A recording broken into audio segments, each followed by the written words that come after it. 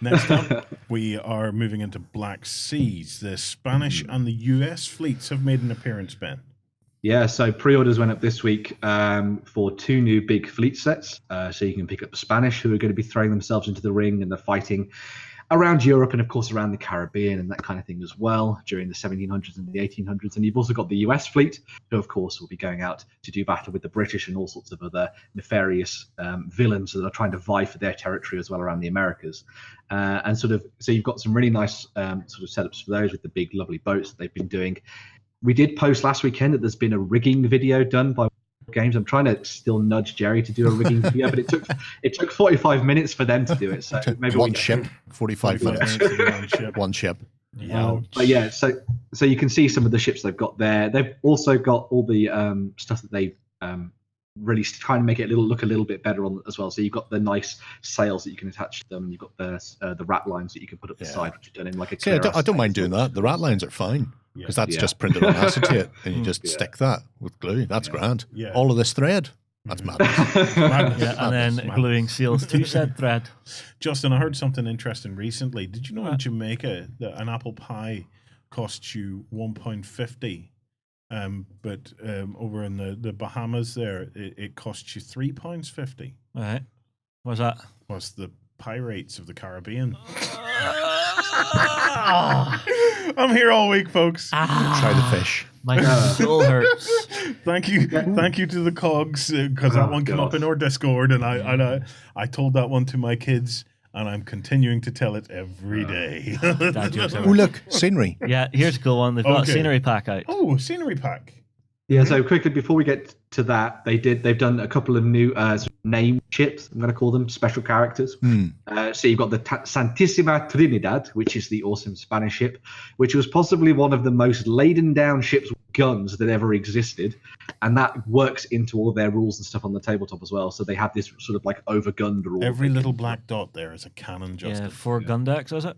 It was absolutely insane, that ship. Not to be confused with another ship of exactly the same name in the Spanish Navy from slightly earlier in the period. But yeah, that's one you can go and research yourself. Yeah. You've also got the HMS Royal Sovereign there as well, which took part in the Battle of Trafalgar, and was pretty awesome learning about the history of this ship. So this ship was stuck in a battle against another Spanish ship and had most of its sails ripped to pieces and that kind of thing. It then lashed itself to another ship and was towed through the battle, continuing to fire its cannons from the lower decks as water was coming in, so it could still take part in the fighting. And only when it was basically uninhabitable did they leave the ship and jump onto another one. So this is a pretty awesome ship that you want to get to see. That is a piece of awesomeness right there. There was a really cool documentary I watched where they were actually unearthing a Spanish ship. I think it was in Canada. But this ship had actually went down because the designers had actually put the lowest gun deck too low and close to the waterline. Was that the one where the ship at the end sailed out through the cave, and then the cave kind of collapsed? No, this was a documentary. Oh, you tell me the Goonies is not a documentary? Because we'll have words.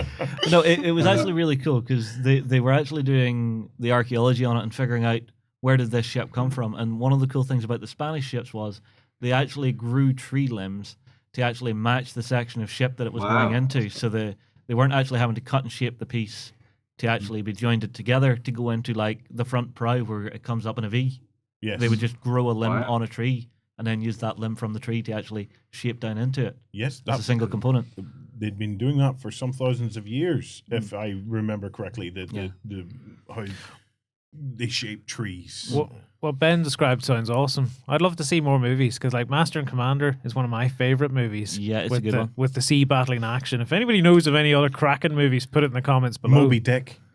Heart of the Sea, but Moby Dick aren't shooting other ships. No, but they don't need to. They're shooting Dick. So Willie. It's no. Free Willy's a different movie altogether. Different whale. No pirates. Did you know there's been people who have been swallowed by whales and survived? Really? Jonah. Well, other than Jonah. Other than Jonah. Apparently there's a guy who they were out whaling, right? And they were stabbing at the thing, being nasty as they were. And one of the guys fell in, and then he lost sight of him. And then, like, I don't know, 16 hours later or something other, they caught this whale and they pulled it on and they cut it open. And out he popped.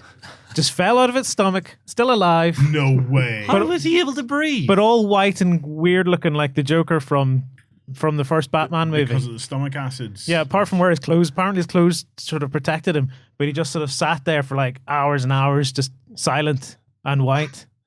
Wouldn't you sit like that if you after just they didn't cut him eat? out? Yeah, but eventually he just sort of came back to life and goes, oh yeah, yep, I got swallowed by a whale.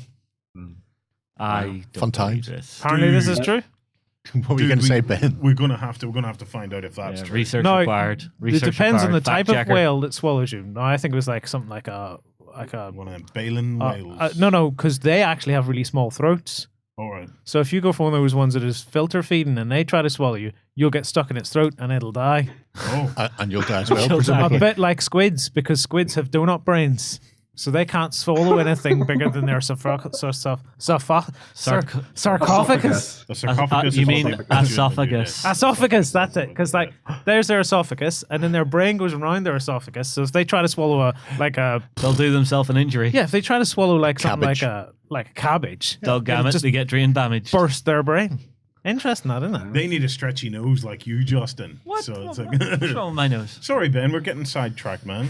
Right. I was going to say, as well as the bigger ships, you've also got they're going to bring out a gunboat pack.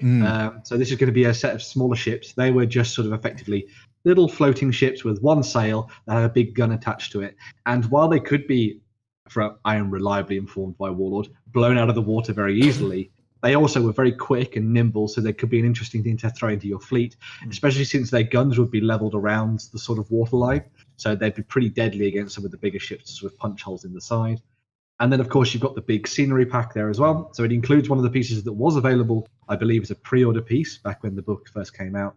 But they've also got a whole bunch of extra pieces in there as well. So you can set up some island landscapes and that kind of thing. I like the fortifications. Oh, yeah, the fortifications are very cool. It allows you to build some with that one, which I think is really good. And, of course, you've got the lighthouse there, too. It's a Martello tower. Yep. Very So it cool. is. Napoleonic era tower.